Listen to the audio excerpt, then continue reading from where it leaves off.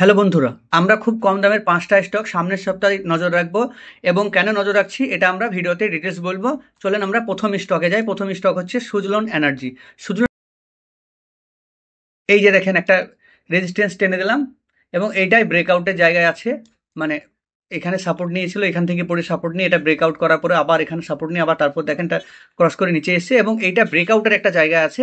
যদি এর ওপরে একটা ক্যান্ডেল, একটা গ্রিন ক্যান্ডেল তৈরি করে, গ্রিন বা একটা বুলিশ ক্যান্ডেল তৈরি করে, তাহলে আমরা নতুন করে এন্ট্রি নেব, নইলে আমরা শুধু দেখব। এবং আমরা শুধুমাত্র এটা সামনের সপ্তাহে দেখার জন্যই বলছি, আমরা এন্ট্রি বা এক্সিটের জন্য কোনো উপদেশ দিচ্ছি না। বাকি ট্রেড আপনাদের নিজেদের রিস্ক হিসাবে নেবেন। এবং আমরা দ্বিতীয় স্টকে যাব, চলেন। দ্বিতীয় স্টকটা হচ্ছে আইডিয়া বা ভোডাফোন আইডিয়া, যেটা বলছে দেখেন ভোডাফোন আইডিয়া তো আমরা একটা রেজিস্ট্যান্স টেনে ফেলেছি অলরেডি, দেখেন টানা আছে।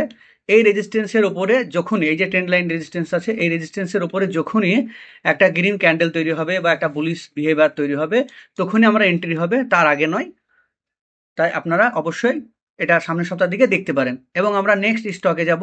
নেক্সট স্টক হচ্ছে ইউকো ব্যাংক। চলে, ইউকো ব্যাংকও একটা আমাদের একটা দেখেন একদিনের চার্টে বেশ বুলিশ বিহেভিয়ার দেখাচ্ছে। আমরা সামনের সপ্তাহে এটাকে নজরে রাখতে পারি, কারণ এই শেয়ারটা বেশ অনেকদিন ধরেই এই যে দেখেন একটা রেজিস্ট্যান্স সাপোর্ট এরকম একটা ট্রেন্ড, এই ট্রেন্ডের উপরে যখন একটা গ্রিন ক্যান্ডেল তৈরি হবে, ভালো বুলিশ বিহেভিয়ার দেখাবে, তখনই আমরা এন্ট্রি নেব, তার আগে নয়। এবং আমরা নেক্সট স্টকে যাব। নেক্সট স্টক আইওবি, মানে Indian overseas bank. Next stock হচ্ছে ইন্ডিয়ান ওভারসিজ ব্যাংক। আপনারা ইন্ডিয়ান ওভারসিজ ব্যাংকটা দেখতে পারেন, এটা অনেকদিন ধরে একটা রেঞ্জের মধ্যে আছে এবং প্রায় এটাও ব্রেকআউটের জায়গায় আছে।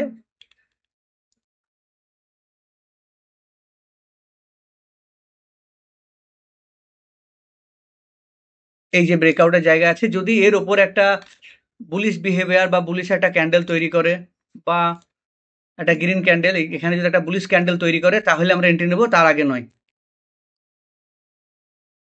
আমাদের নেক্সট স্টক হচ্ছে, আমরা আর একটা স্টক হচ্ছে, সেটা হচ্ছে সম্মান ক্যাপিটাল। এই সম্মান ক্যাপিটালে খুব ভালো জায়গায় আছে, এটাও আমরা একটা ট্রেন্ড লাইন টানছি, দেখতে পারেন আপনারা। এটা একটা ট্রেন্ড লাইন টানছি, দেখিলেন।